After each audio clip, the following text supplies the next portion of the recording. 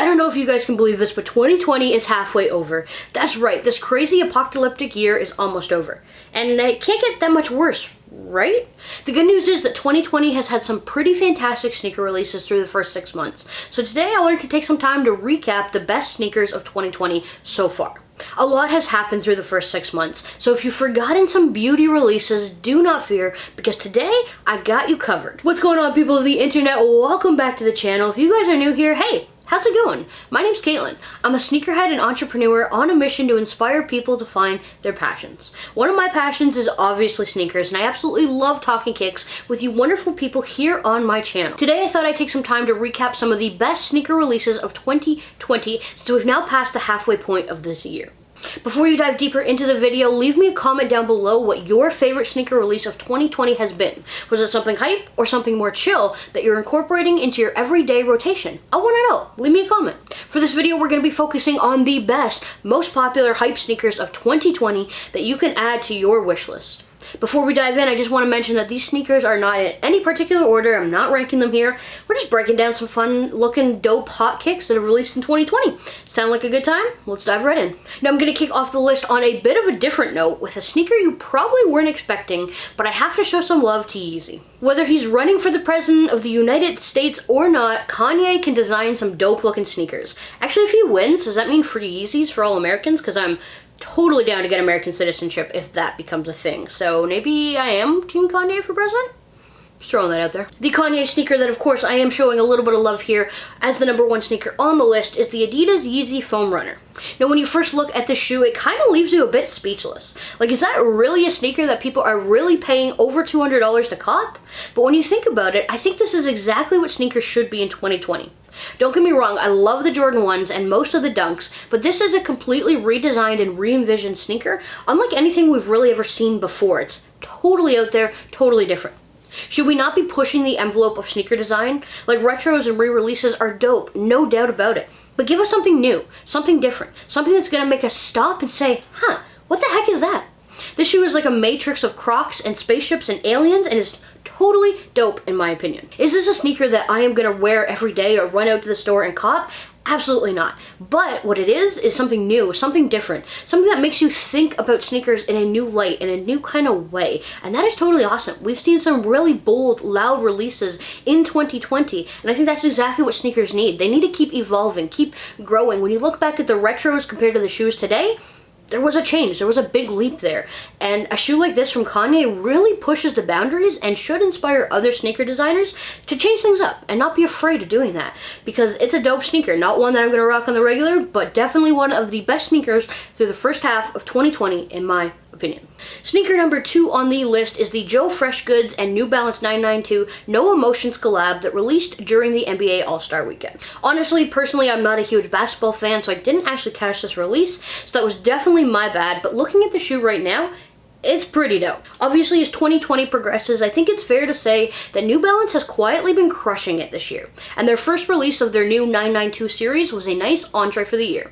The colorway is based on the color/look of a human heart, and all the different patches represent the ventricles, which is super cool in my opinion. By now, you know with New Balance that you are going to get a really well-constructed and relatively comfortable shoe. And when you add in some dope design, then there's really no reason to be sleeping on New Balance in 2020. This is a really dope shoe. It's something new, a little bit different. It takes New Balance up a few levels, in my humble opinion, and you'll be hard-pressed to find it for under $1,000 on the resale market right now. So I think that definitely qualifies it as a top shoe of 2020 so far. Now, you know by now that I love the Air Jordan 1s, and aside from red, my second favorite sneaker color is purple. So the Air Jordan Court Purple are definitely one of my favorite releases of 2020. Are these shoes going to be on a lot of people's top sneaker list of the year? Honestly, probably not, but this is my list and my channel, so they're on mine. When you look at the shoe coated in the beautiful purple leather, it just pops. It's literally an immediate head turner in my book, so I had to give them a little love here. Also, total side note, if any sneaker companies or anyone wants to hook your girl up with these, because I have absolutely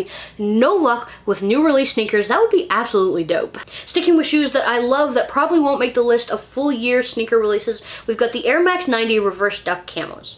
I'm a huge fan of the Air Max 90s, and I don't think you can go wrong with really any of the colorways. When I first saw this shoe release, I wasn't really a huge fan and was kind of surprised that people ate it up right away. Then I saw it on foot in person and I was immediately sold on it.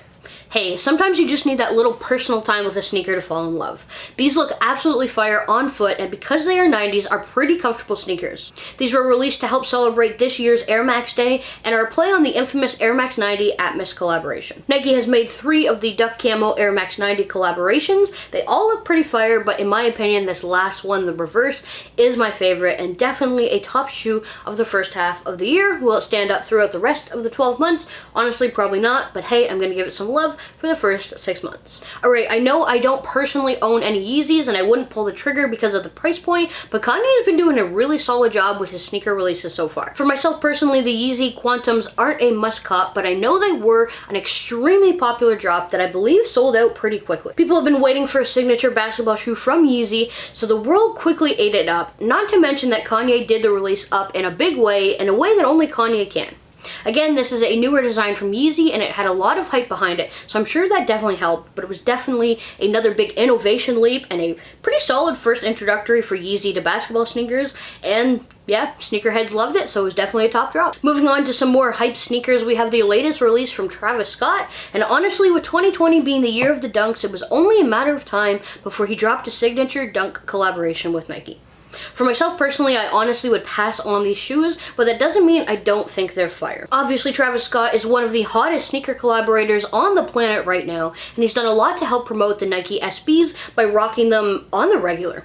Overall, Scott put his own unique touches on this SB Dunk Low by creating a really funky looking sneaker and bringing a lot of hype to the sneaker itself. I know a lot of sneakerheads gobbled this sneaker up right away, and personally, I think it's a better looking shoe than his 270 collab with Nike. Just my personal opinion, Travis Scott is crushing it in the sneaker game with Nike. Continuing with the dunk craze, the next sneaker on the list is the Nike Dunk Low Brazil. Now, one of the things that helped to elevate this relatively ordinary looking dunk is the fact that they're virtually identical to the Brazils from 2001. By bringing back a beloved sneaker from the past, Nike hit sneakerheads right in the heart with this release, and it was quick to sell out. It was super popular. It's a dope sneaker and a favorite release, which definitely helped elevate the hype around it.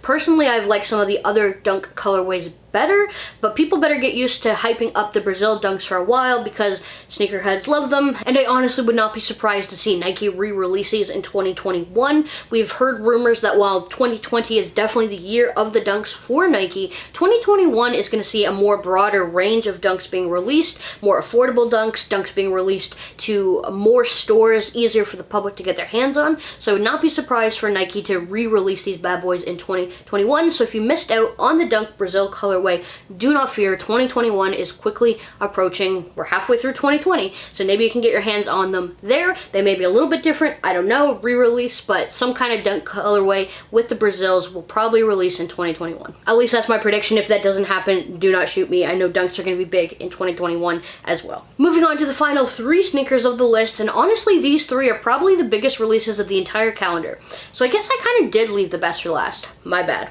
First up, we got the OffWhite Air Jordan 5. Obviously, Virgil and Nike have been releasing bangers for quite a while now, with sneakerheads eating up the OffWhite Jordan 1 collabs. For whatever reason, it appears that any sneaker Virgil puts his signature on turns straight to gold and sells out quickly.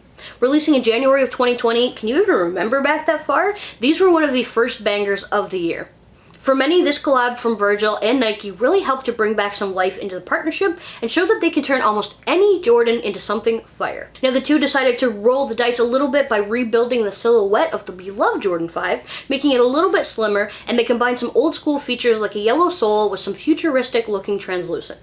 Overall, it's just a really dope looking shoe and an instant classic collab that, in my opinion, takes a much needed detour from the Off-White Jordan 1 vibes. Next up, we have a sneaker that will arguably be the best release of 2020 with the Ben & Jerry's Nike SB Dunk Low Chunky Dunky. When you think of a shoe that perfectly captures the hype surrounding dunks right now, it's this bad boy. This is a shoe that hypebeasts and sneakerheads were all about, which only helped to carry the hype around a relatively odd-looking shoe. Honestly, for myself, with all the hype that went around the shoe on social media, I don't remember a more hyped-up sneaker as of late.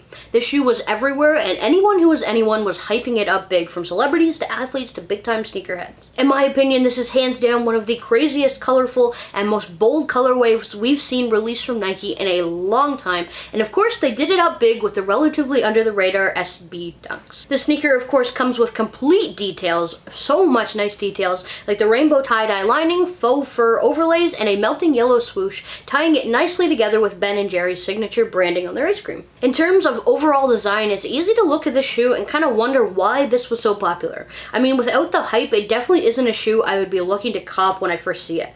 Like, what would you even rock these bad boys with? However, I think it's this type of bold, head-turning design that makes sneakerheads keep returning. It's something new and different, which really helps to drive the hype. Plus, it was pretty popular with all the celebrities out there, so that didn't hurt either. This really epitomizes that one-of-one unique kind of shoe, huge boost for Ben & Jerry's, and it was just a release that was done up right with a lot of hype, and it was really kind of fun, I'm not gonna lie. I definitely didn't buy them, I missed out. I came close, I actually did come close. I made it to a checkout page on Nike for a hot minute, and then bots ruined my life, but hey, that's another story for another day. Alright, I'm gonna hit you with one more shoe before I dip, and I bet you can guess what it is. Go ahead, take a guess in the comments right now. I'll wait. Did you guess yet? Was your guess the Dwar Air Jordan 1s? Because if you guessed that, you are 100% correct. I feel like we should just give them the crown for the best sneaker of 2020 right now. Book it, chop it up. This was a hella fire release, come on. Now, the only really downside to this beautiful, and I mean beautiful sneaker release, is how limited these shoes were. Oh, and the fact that the retail price was a smooth $2,200. And if you think that's bad, they're reselling for well over 10 G's on StockX right now. Needless to say, they were extremely limited, and to make matters even worse was the fact that over 5 million people entered the raffle for a chance to purchase one of only 8,000 pairs. I'm not really good at math, but those sure don't seem like good odds. Obviously, this was one of the most anticipated sneaker releases of the year, and will probably be one of the more infamous ones for the foreseeable future. Like, I thought the OffWhite Jordan 1s were expensive, but those look like a total bargain compared to these. It doesn't always happen, and I think for a lot of people, the Air Jordan 1s, especially the Chicago colorway, were kind of that sneaker, or the Sean Wotherspoons in another vein. But every now and then, a sneaker just comes out and it epitomizes the sneaker world. It's just that holy grail of sneakers that just stands above the rest, and it's just like, whew, if you can cop that sneaker, that is the ultimate holy grail. The ultimate holy grail, and I really feel like it was the Air Jordan 1 Dwars. Just a fantastic looking sneaker. It looks dope on foot, in person. Not that I've ever seen it on foot or in person, but it just looks hella fire. And if you were able to cop that, if you could afford that in your budget, you were lucky enough to win the raffle, and then my hat is off to you. You have one of the best sneakers, honestly, probably of the last decade. Honestly, I truly believe these are the holy grail of sneakers, and if you were lucky enough to cop, I don't think you would ever want to wear them, especially not in public.